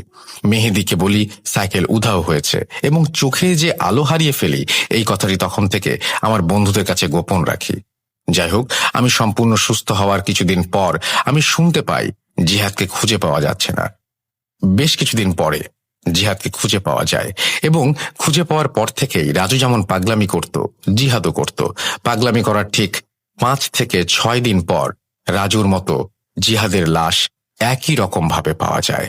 কেউ বলতে পারে না জিহাদের কেন হয়েছে এই মৃত্যু, এমনকি জিহাদের পরিবারেরও কেউ সেটা বলতে পারেনি। আমাদের গ্রামবাসীরা এখনো উদ্ঘাটন করতে পারেনি। আমাদের গ্রামের সবাই এই ঘটনার প্রমাণ। যাই হোক, এখন আপনাদের মনে প্রশ্ন থাকতে পারে, জিনটি আমাকে সাহায্য করলেই করতে পারত, বা জিন কেন আমাকে সাহায্য করেনি।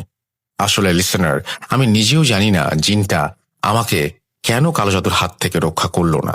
এই কথা আমার কাছেও অজানাই রয়ে গেল।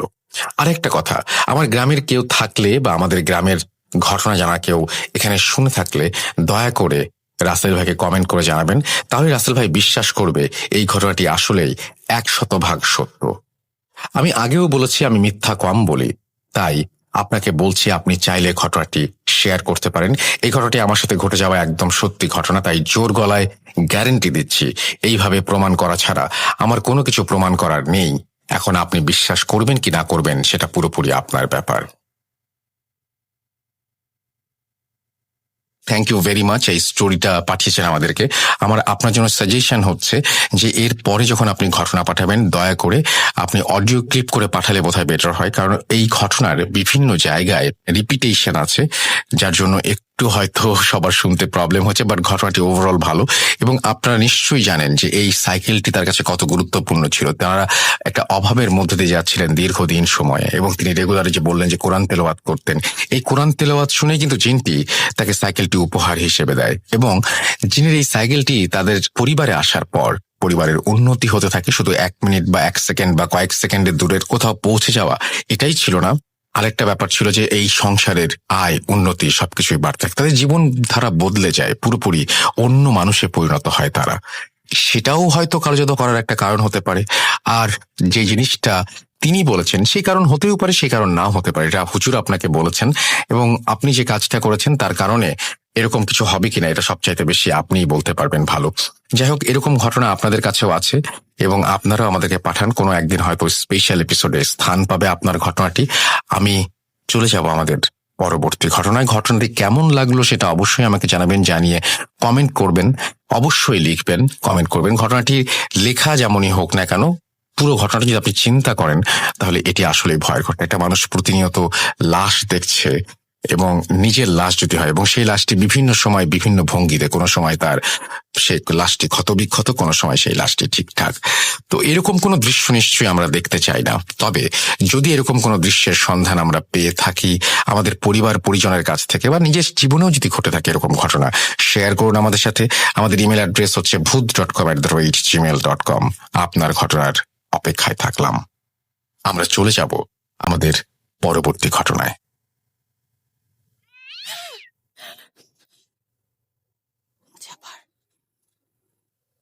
শুনতে পাচ্ছেন শব্দটা? ভয়ের আরেক নাম bhoot.com with Russell.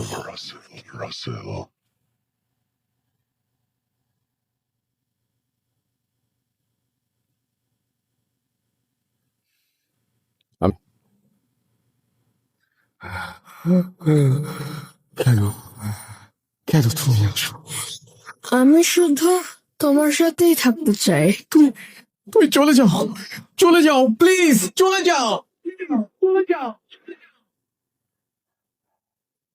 .com with Russell.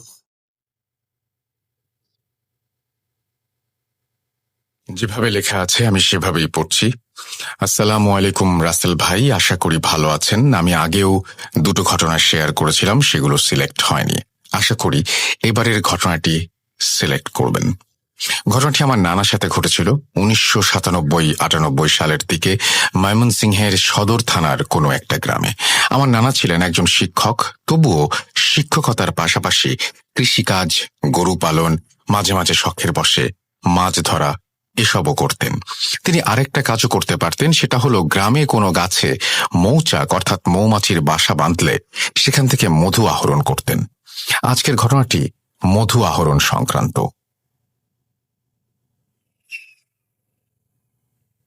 গ্রামের মানুষের ভেতর একটা প্রথা আছে, সেটা হলো অমাবস্যার রাতে অথবা ভরা পূর্ণিমার রাতে মৌচাকে মধু পরিপূর্ণ থাকে, সেদিনই মৌচাক কাটতে হয়। সেদিন এক সন্ধ্যায় নানার এক বন্ধু আসে মৌচাকের খবর নিয়ে এবং বলে আজ রাতেই সেটা ভাঙতে হবে, না হলে হয়তো অন্য কেউ ভেঙে ফেলবে। তাই তারা দুজনে মিলে মৌচাক ভাঙার জন্য মশাল, কাঁচি, মধু রাখার পাত্র এবং অন্যান্য জিনিস নিয়ে তৈরি হয়ে থাকে এবং অপেক্ষা করে গভীর রাত হওয়ার জন্য। রাত 10টার দিকে নানা তারা বন্ধুদের সাথে আরেকজন সহযোগীকে নিয়ে 3 জন মিলে রওনা দেন গন্তব্যস্থানের দিকে। মৌচাকটি বিশাল জঙ্গলের ভেতর ছিল। জঙ্গলের পাশেই ব্রহ্মপুত্র নদ। উল্লেখ্য যে এই জঙ্গলটাকে মানুষ এতই ভয় পেত যে দিনের বেলাও সাহস পেত না সেখানে যাবার। জঙ্গলের কাছেই পাঁঠার অর্থাৎ ছাগলের গন্ধ এসে লাগে নাকে। গন্ধ পেয়েই নানাদের সহযোগীরা বলে ওঠে, পাঁঠার গন্ধ ভালো কিছুর লক্ষণ নয়, চলো ফিরে যাই, কালকে আবারও মানুষ নিয়ে আসব। তবে আমার নানার বন্ধুরা নাছোড়বান্ধা, সে আজকেই ভাঙবে। আরেকটা বিষয় হলো, নানা এবং তার বন্ধু দুজনেই নামাজ পড়তেন। কিছু সময় চিন্তা ভাবনা করে দুটো মশাল জ্বালিয়ে তারা জঙ্গলে প্রবেশ করতে থাকেন। যত ভেতরে যাচ্ছেন পাঁঠার গন্ধ তত বিকট হচ্ছে। তিনজনই ভয় পাচ্ছিল, তবে কেউ কাউকে বলছিল না। চারিদিক ভীষণ অন্ধকার, সাথে পাঁঠার গন্ধ, এসবের মধ্যে তারা জঙ্গলের ভেতরে এগোচ্ছে। অবশেষে কোনো বাধা বিপত্তি ছাড়া তারা ওই গাছটির কাছে আসে, যেটার মধ্যে মৌচাক। এখানে এসেই তারা থমকে যায়। গাছটি ছিল একটা মাঝারি উচ্চতার বকুল ফুলের গাছ। তবে গাছটির অদূরেই একটা বড় বট গাছ, যেটার গা থেকে ঝুলছে অনেক লতাযুক্ত গাছ। দেখতেই ভীষণ ভয় লাগছিল। তাছাড়া এই বট গাছটি নিয়ে আরো অনেক কাহিনী গ্রামে প্রচলিত আছে। যদিও নানা শিক্ষিত মানুষ, তবুও মনে মনে ভীষণ ভয় পাচ্ছিলেন। নানা তখন তার বন্ধুকে বললেন, রহিম, এটা তিনজনে ভাঙা সম্ভব না, চলো ফিরে যাই। সাথে সাথে একটা শব্দ কানে আসে, ফিরে যাও। কিন্তু অন্য কেউ এই শব্দটা শুনতে পায়নি। নানা এবার ভীষণ ভয় পেতে শুরু করলো। কিন্তু তার বন্ধুরা নাছোড়বান্দা, তারা বললেন, তোর ভয় লাগলে তুই শুধু নিচের দিকে তাকিয়ে থাক, আমি উঠছি, তুই শুধু বালতি আর কাঁচিটা উপরে তুলে দিস। এই বলে রহিম উঠতে শুরু করলো। নানা আবারও শুনছিলেন কেউ ফিসফিস করে বলছে, ফিরে যাও, বিপদ। কিন্তু নানা এ কথা তাদের বলতেও পারছেন না। নানা ভাবছেন হয়তো রহিম মনে করবে আমি ভয়ে এসব বলছি, আর তাদের সহযোগী যে আগেই ভয় পেয়েছে সে যদি অজ্ঞান হয়ে যায়। এতক্ষণে নানার বন্ধু গাছের ওপরে মৌচাকের কাছে, তাদের সহযোগী গাছের মাঝামাঝি, দুজনের হাতে দুটো মশাল। মশালের ধোঁয়ায় মৌমাছিগুলো ভয়ঙ্কর শব্দ করে উঠছে, আর নানা গাছের নিচে টর্চ হাতে দাঁড়িয়ে আছে, সাথে একটি বালতি আর কাঁচি। যদিও টর্চ জ্বালানো নিষেধ, টর্চ জ্বালালে মৌমাছি কামড়ায়।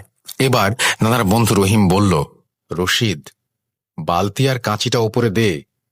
ঠিক এমন সময় নানার কানের খুব কাছে কেউ বলে ওঠে, পালিয়ে যা রশিদ, পালিয়ে যা, চারপাশটা তাকিয়ে দেখ, পালিয়ে যা। এবার নানা বটগাছের দিকে লাইটের আলো ছোড়ে এবং দেখতে পায় যে বটগাছ থেকে লতাগুলো ঝুলছিল সেগুলো হাওয়ায় ভাসতে ভাসতে প্রায় চারিদিক থেকে ঘিরে ফেলেছে এবং আশেপাশের বাঁশগুলো প্রায় শুয়ে পড়েছে। এটা দেখে নানা ভীষণ জোরে চিৎকার দেয় এবং সাথে সাথে যে গাছের মাঝামাঝি ছিল তিনি সেখান থেকে লাফ দিয়ে নেমে পড়েন এবং তিনিও চিৎকার শুরু করেন। নানার বন্ধু রহিম কোনো ক্রমে নিচে নামতে থাকেন। তারা সবকিছু ফেলে সূরা তেলাওয়াত করতে করতে বেরিয়ে আসতে থাকেন। তারা যখন বের হচ্ছিলেন তখন মনে হচ্ছিল জঙ্গলে ঝড় উঠেছে, সবকিছু তছনছ করে দিচ্ছে। তারা যখন জঙ্গল ছেড়ে বেরিয়ে আসেন তখন পেছন থেকে শুনতে পান কেউ বলছে, বেঁচে গেলি। এই ছিল ঘটনা। ভুল ত্রুটি হলে ক্ষমা সুন্দর দৃষ্টিতে দেখবেন এবং আমি আরো ঘটনা সংগ্রহ করছি, হয়তো আগামীতে লিখব। কামরুল হাসান ফাহাদ, ফুলবাড়িয়া, ময়মনসিংহ। আপনাকে অনুরোধ করব আপনি আরো ঘটনা পাঠান এবং এই ঘটনার দৈর্ঘ্য যদি আরো বড় হয় তাহলে আমাদের সবার জন্য আরো বেশি ভালো। আমরা চলে যাব আমাদের পরবর্তী ঘটনায়, তবে তার আগে আমাদের ইমেল অ্যাড্রেসটা মনে করিয়ে দিই। russell.bhuth.com@gmail.com আমাদের ইমেল অ্যাড্রেস। এই অ্যাড্রেসে আপনি আপনার নাম, ঠিকানা এবং ফোন নাম্বার সহ আপনার জীবনে ঘটে যাওয়া বা আপনার জানা সেরা ঘটনা লিখে পাঠিয়ে দিন। ঘটনার শুরুতে অবশ্যই উল্লেখ করুন ঘটনাটি আপনি স্টুডিওতে এসে শেয়ার করতে চান নাকি আপনি চান আপনার ঘটনা আমরা পড়ে শোনাই। যারা দেশের বাইরে রয়েছেন তারা সরাসরি অডিও ক্লিপ পাঠাতে পারেন বা লিখেও পাঠাতে পারেন। আমরা চলে যাব আমাদের পরবর্তী ঘটনায়।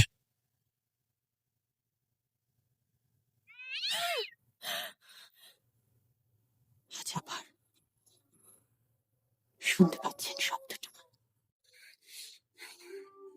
ভয়ের আরেক নাম ভূত.com with Russell.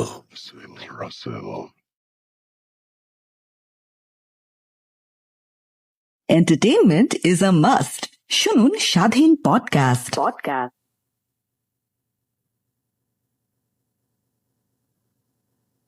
Spirit, be here with me.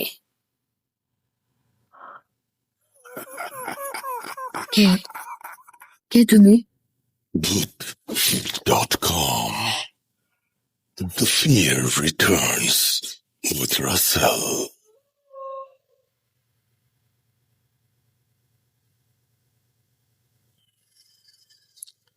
যেভাবে লেখা আছে আমি সেভাবেই পড়ছি। আসসালামু আলাইকুম রাসেল ভাই। জানি আপনি সবসময় ভালোর দলে আছেন এবং থাকবেন, এই প্রত্যাশা সবসময়। আমি মুস্তাফিজুর, ছদ্মনাম, বাসা রংপুর বিভাগের গাইবান্ধা জেলার কোনো এক গ্রামে। গত 31তম এপিসোডে আমার বাবাকে হারানোর এক মর্মান্তিক ব্ল্যাক ম্যাজিকের ঘটনা শেয়ার করা হয়। ভূত.কমে আমার প্রথম ঘটনাটা শেয়ার করার জন্য অসংখ্য ধন্যবাদ। আমি বর্তমানে দেশের বাইরে থাকায় স্টুডিওতে আসা সম্ভব না, তাই ঘটনাটা পড়ে শোনানোর অনুরোধ রইল। বেশি কথা না বলে এবার ঘটনায় যাওয়া যাক। আজ যে ঘটনাটা শেয়ার করব সেটা মাছ ধরা নিয়ে একটি শরীর হিম করা ঘটনা। প্রথমেই কিছু না বললেই নয়, যে বিলটিকে কেন্দ্র করে আজকের এই ঘটনা, সেই বিলটি আমাদের গ্রাম থেকে খুব বেশি দূরে হলে 2 কিলোমিটারের পথ। এই বিলটিকে নিয়ে অসংখ্য ঘটনা আমার জানা আছে, সময় পেলে লিখে পাঠাবো। এখন যে ঘটনাটা বলবো সেটা আমার সঙ্গে ঘটে যাওয়া আজ থেকে 4-5 বছর আগের ঘটনা। তখন আমি ক্লাস 10-এ পড়ি। সময়টি ছিল বর্ষাকাল। বর্ষাকালে গ্রামের খাল বিল সব পানিতে ভরপুর হয়ে যায়। যে বিলটিকে কেন্দ্র করে আজকের এই ঘটনা, সেই বিলটির নাম চান্দামারির বিল।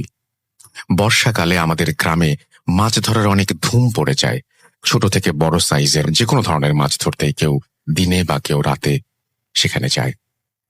আমরা 4 জন ফ্রেন্ড ছিলাম।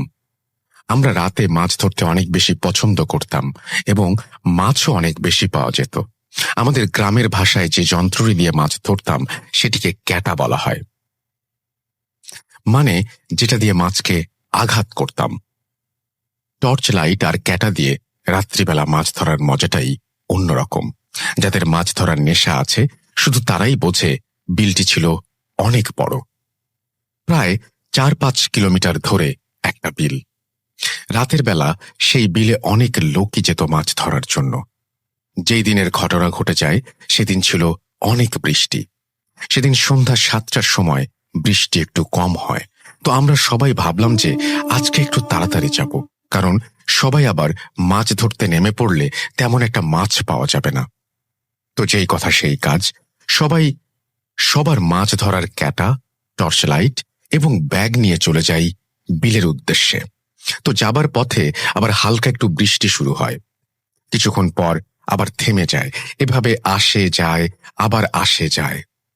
এমন করতে করতে সবার শরীর প্রায় আধা ভেজা হয়ে যায়। আমাদের ভেতর হঠাৎ একজন বলে ওঠে, চলো আজ মাছ ধরা হবে না, এত বৃষ্টিতে কেমন করে মাছ ধরবো, বাসায় ফিরে যাই। তো আমি আবার বললাম, এতটা পথ যখন এসেই গেছি একটু অপেক্ষা করে দেখি না, যদি বৃষ্টি থেমে যায়। সবাই বলল ঠিক আছে, দেখি কি হয়। আমরা তখন বিলের ভেতর পরিত্যক্ত একটা শেড বা ঘরের ছাউনির নিচে দাঁড়িয়েছিলাম। তারপর আস্তে আস্তে বৃষ্টি থেমে গেল, একেবারে নেই বললেই চলে। আমরা আবার রওনা দিলাম গন্তব্যস্থানে। যাবার পথে আমরা সবাই লক্ষ্য করলাম ঠিক বিলের মাঝে 3টা লাইট দেখা যায়। তো আমরা সেই লাইটের সোজা বরাবর হাঁটা দিলাম। ভাবলাম ওইদিকে কিছু লাইট দেখা যাচ্ছে, সবাই পাশাপাশি থাকলে ভালো হয়, কেননা বিলটা নিয়ে অনেক ভয়ঙ্কর ঘটনা ঘটে যায়, তাই আর কি। কিছুক্ষণ হাঁটার পর আমরা সেই বিলে গিয়ে উপস্থিত হলাম, কিন্তু যাবার পর দেখি লাইটগুলো নেই ওখানে। আমরা সবাই অবাক হয়ে তাকিয়ে থাকি, লাইটগুলো গেল কই? আমরা তো এখানেই দেখলাম, হঠাৎ লাইট 3টি অদৃশ্য হয়ে গেল কেমন করে? পরে বেশি কিছু চিন্তা না করে ভাবলাম হয়তো আমরা আসতে আসতে ওরা লাইট বন্ধ করে বাসায় চলে গেছে। বৃষ্টির কারণে বিলের ভেতর আমরা 4 জন ছাড়া আর কেউ ছিল না। কেউ না থাকায় পরিবেশটা কেমন নিস্তব্ধ হয়ে আছে। আশেপাশে কেউ নেই, কারো টর্চও দেখা যায় না। অনেক দূরে শুধু পাশাপাশি দুটো আলো দেখা যায়। তখন আমি ভাবলাম, সবাই মনে হয় আসা শুরু করেছে সবেমাত্র। তখন বৃষ্টি একেবারেই ছিল না। আমরা যার যার মতো মাছ ধরতে ব্যস্ত হয়ে পড়লাম। বেশি লোকজন না থাকায় মাছও অনেক বেশি পাচ্ছিলাম। কিছুক্ষণের ভেতর সবাই অনেক মাছ পেলাম। তারপর সবাই একসাথে হলাম। এবার আস্তে আস্তে বাড়ির দিকে হাঁটছি আর মাছ ধরছি। হঠাৎ সবাই দেখি যে একটা জমিতে অনেক মাছ, যা ধারণার বাইরে। সবাই অবাক, এত কম পানিতে অত মাছ কিভাবে সম্ভব। পরে ভাবলাম, বৃষ্টির কারণে হয়তো কম পানিতে সব মাছ উঠে পড়েছে। অত কিছু চিন্তা না করে সবাই সবার মতো মাছ ধরতে ব্যস্ত। কিছুক্ষণ পর আমি সামনে দেখি বিশাল একটা বড় মাগুর মাছ। কমপক্ষে মাছটার ওজন 6-7 কেজি হবে, যা অসম্ভব। অত কম পানিতে অত বড় মাছ আসার কথাই না। পরে আমরা আবার ভালো মতো দেখলাম, বৃষ্টির কারণে হয়তো কম পানিতে উঠে এসেছে। তারপর মাছটাকে ধরার জন্য আমি অনেকক্ষণ মাছটার পেছনে পেছনে ছুটি, কিন্তু কোনোভাবেই মাছটাকে আঘাত করার সুযোগ পাচ্ছিলাম না। বড় মাছের লোভ সামলাতে না পেরে আমি ছোট মাছ ধরা ছেড়ে দিয়ে চুপি চুপি মাছটার পেছনে পেছনে ছুটতে থাকি, কেননা ওরা সবাই দেখে ফেললে আমার আগে ধরে নেবে। আমি যতবারই মাছটাকে আঘাত করার জন্য মাছটার কাছে যাই, ঠিক ততবারই মাছটা অনেক দূরে চলে যায়। এমন করতে করতে প্রায় 15-20 মিনিট অতিক্রম হয়ে যায়। তারপরও মাছটাকে একবারও আঘাত করতে পারলাম না।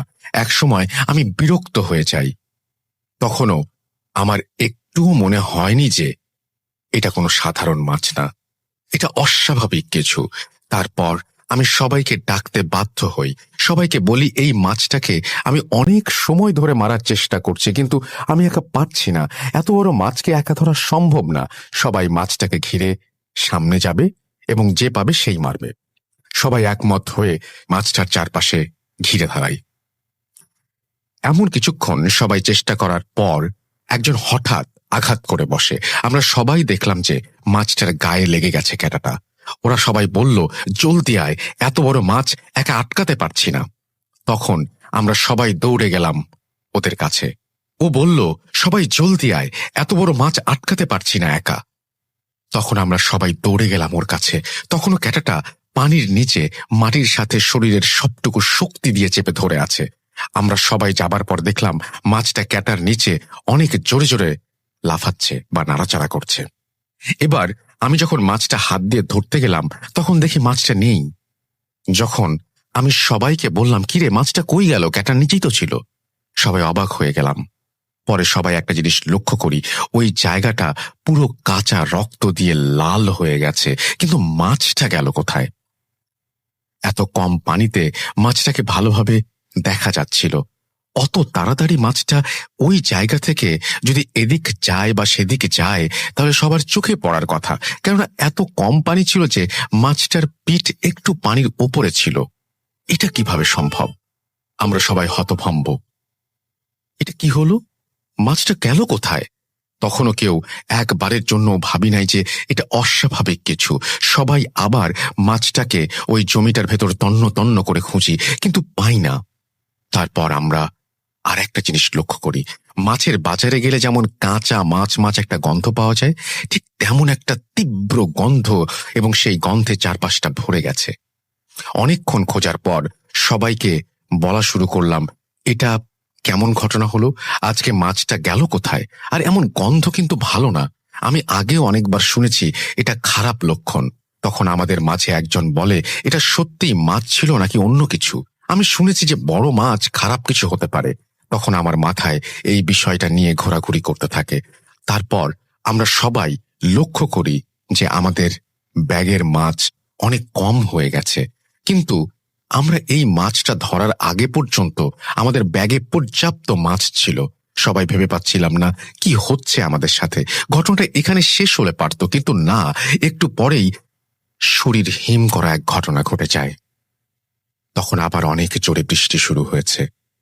এখন আমরা ভাবলাম যে এবার সবার শরীর ভিজে যাবে, কেননা আশেপাশে কিছুই ছিল না যার নিচে গিয়ে দাঁড়াবো। বিলের ঠিক মাঝখানে বড় বড় কয়েকটা পুকুর ছিল। সেই পুকুরের পাড় দিয়ে অনেক পুরনো গাছ আছে।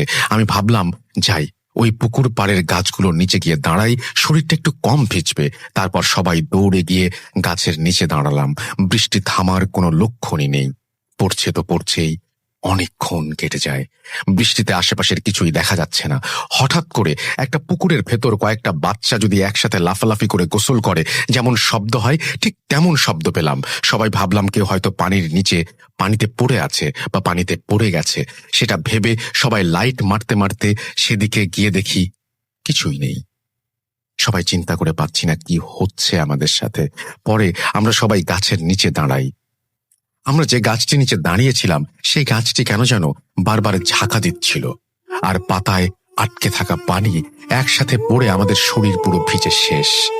আর এতক্ষণ বৃষ্টির পানির নিচে দাঁড়িয়ে ঠান্ডায় সবাই কাঁপছি। এত বড় গাছ এমনভাবে বাঁকা হয়ে যাচ্ছে কেন, বা কে ঝাঁকা দিচ্ছে, এটা খুব অস্বাভাবিক লাগলো। কেননা গাছগুলো ছিল কদম গাছ আর অনেক মোটা। এদিকে বৃষ্টি আর একদিকে আজব আজব সব ঘটনা ঘটছে আমাদের সাথে। ঠান্ডা আর ভয়ে আমাদের মুখ থেকে কোনো আওয়াজ বের হচ্ছিল না। সবাই কেমন যেন থমকে গেছি। পাশের দিকে ঝোপের ভেতর থেকে মানুষ ঘুমিয়ে নাক ডাকলে যেমন আওয়াজ হয়, ঠিক তেমনি আওয়াজ পাচ্ছিলাম সবাই। এত বড় ফাঁকা বিলের ভেতর শুধু আমরা চারজন, আর এত বৃষ্টি। তখন আমাদেরকে যে কতটা অসহায় মনে হচ্ছিল সেটা বলে বোঝানো যাবে না। এমন করতে করতে বৃষ্টি একটু কমে যায়। তখন আমি এখানে একটুও থাকা যাবে না বলে বাসায় চলে যাওয়া শুরু করি। শরীর তো ভিজেই গেছে, আর চিন্তা করে লাভ কি। তখন সবাই বাসার দিকে যাওয়া শুরু করলাম। সবার আগে আমি, আর বাকিরা আমার পেছনে পেছনে। হঠাৎ যে ফ্রেন্ডটা মাছটাকে আঘাত করেছিল সে বলে উঠল, আমার পেছনে পেছনে কে যেন হাঁটছে, এমন অনুভব করছি আমি। সবাই বললাম, তোর মনের ভুল হতে পারে, বৃষ্টির শব্দে এমনটা শুনতে পারছিস, পা চালিয়ে যা। আবার একটু থেমে যাই। আবার একটু যাবার পর আবার বলে, এবার সত্যি আমি দেখছি আমার পেছনে কালো একটা অবয়ব ছিল। আমি তাকানোর সাথে সাথে অদৃশ্য হয়ে গেল। আমরা ওর কথায় কান না দিয়ে ওকে বলি, তুই সবার সামনে সামনে চল। পরে ওকে সামনে নিয়ে সবাই দূরত্বে হাঁটা শুরু করি। সবাই সবার মতো দূরত্ব রেখে হাঁটছি। হাঁটতে হাঁটতে একসময় ও পেছনে পড়ে যায়। হঠাৎ আমি লক্ষ্য করি আমরা তিনজনই শুধু হাঁটছি, ওই ফ্রেন্ডটা সামনেও নেই পেছনেও না। সবাই অবাক হয়ে উঠি, চমকে যাই, আর সবাই ওর নাম ধরে ডাকতে থাকি। ওর কোনো সাড়া না পেয়ে আমরা দৌড়ে পেছনে চলে যাই। একটু পেছনে যাবার পর যেটা দেখি সেটা হঠাৎ দেখলে কেউ মেনে নিতে পারবে না। দেখি যে ওর ঘাড়টা মাথা থেকে পুরোটাই কাদা মাটির নিচে, পা দুটি ওপরের দিকে। ওর হাতে লাইটটা জ্বালানো ছিল, তা দেখে আমরা খুব দ্রুত খুঁজে পাই ওকে। যদি আর 10 বা 15 সেকেন্ড দেরি হতো তাহলে ওকে আর বাঁচানো সম্ভব হতো না। তাড়াতাড়ি সবাই ওকে টেনে ওপরে তুলি। ওর অবস্থা তখন খুব খারাপ, দাঁড়ানোর শক্তি নেই, শুধু কেমন যেন নিঃশ্বাস নিচ্ছে, কাদা দিয়ে সারা শরীর ভেজা। আমি ওকে বললাম, কি হয়েছে, কেমন করে তুই এত পেছনে পড়লি, আর এই অবস্থা হলো কি করে? ও বলে, আমি তোদের বলেছিলাম না কি যেন আমার পেছনে হাঁটছে, তুই তো বিশ্বাস করলি না। হাঁটতে হাঁটতে আমি একটু পেছনে পড়ে গিয়েছিলাম, আর ঠিক তখনই পেছন থেকে কে যেন এমন জোরে একটা টান দিয়ে আমাকে কাদার মাঝে চাপ দিয়ে ধরে। আমি চিৎকার দিব এই সময়টাও পাইনি। শুধু একটা জিনিস লক্ষ্য করছি, ওই অবয়বটার পুরো শরীর কালো লোম দিয়ে ভরা ছিল। এ কথাগুলো বলতে বলতে ও অজ্ঞান হয়ে যায়। তখন যে কতটা অসহায় আর ভয় লাগছিল সেটা বলে বোঝাতে পারবো না। ওর কথা শুনে আমাদের শরীরের শক্তি হারিয়ে যাচ্ছে। না জানি কখন আমাদের সাথেও কিছু ঘটে। সবাই আল্লাহর নাম নিয়ে হাতের ক্যাটা, টর্চ লাইট, ব্যাগ একজনের হাতে দিয়ে আমি আর আরেকজন অনেক কষ্ট করে ওকে ঘাড়ে ওঠাই। আমাদের ভয়ে আর শীতের কারণে হাতে পায়ে শক্তি পাচ্ছিলাম না, তাই ওর ওজন অনেক বেশি মনে হচ্ছিল। সবাই আল্লাহর নাম উচ্চারণ করতে করতে ওকে নিয়ে খুব দ্রুত বাসায় চলে যাওয়া শুরু করি, আর ওদেরকে বলি সূরা পড়তে থাক। হাঁটছি তো হাঁটছি, পথে যেন শেষ নেই। কথায় আছে, বিপদে পথ এগোয় না। একটা সময় আমরা ওই ফ্রেন্ডটার বাসায় গিয়ে পৌঁছাই। তারপর ওর বাবা মাকে ডাকতে থাকি। অনেক বৃষ্টির কারণে রুমের ভেতর থেকে আমাদের আওয়াজ ওর বাবা মা শুনতে পাচ্ছিল না, নাকি ঘুমিয়ে পড়েছিল জানি না। তখন একজন গিয়ে দরজায় ঠক ঠক করে নক করি। তারপর সবাই বেরিয়ে আসে। এসে এমন অবস্থা দেখে সবাই আমাদেরকে জিজ্ঞেস করে, কিভাবে কি হলো। পরে আমরা সবাই সব ঘটনা খুলে বলি। তারপর ওর বাবা আমাদেরকে এমন রাগ আর বকা দেয়, শুধু মারটায় বেঁচে গিয়েছিলাম। ফ্রেন্ডটার মা বলল ওরাও তো অনেক ভয় পেয়ে গেছে, ওদেরকে অযথা বকছেন কেন, আগে আমার ছেলেকে সুস্থ করেন। আমরা তখন তাড়াতাড়ি ওর বাসা থেকে ওরই কিছু কাপড় নিয়ে এসে ওর ভেজা কাপড় চেঞ্জ করে দেই। অনেক চেষ্টা করার পর ওর জ্ঞান ফেরানো সম্ভব হচ্ছিল না। ফজরের আজানের পর ওর জ্ঞান ফিরে আসে।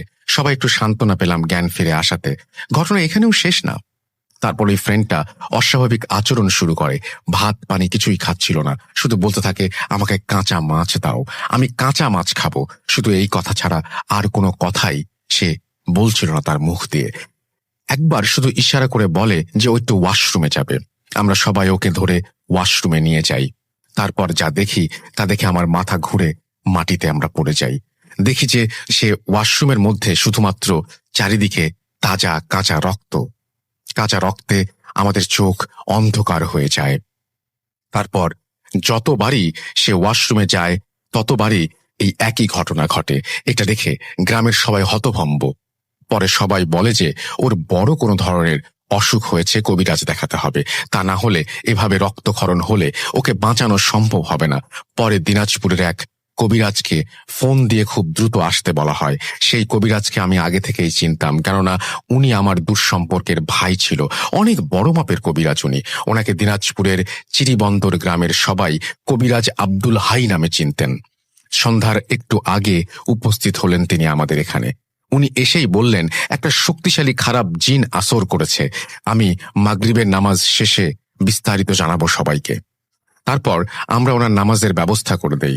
উনি নামাজ শেষে বলেন ওই ছেলে আর ওকে ধরার জন্য শক্তিশালী 2 জন আর ওর বাবা মা সহ একটা খালি ঘরের মধ্যে নিয়ে যাও।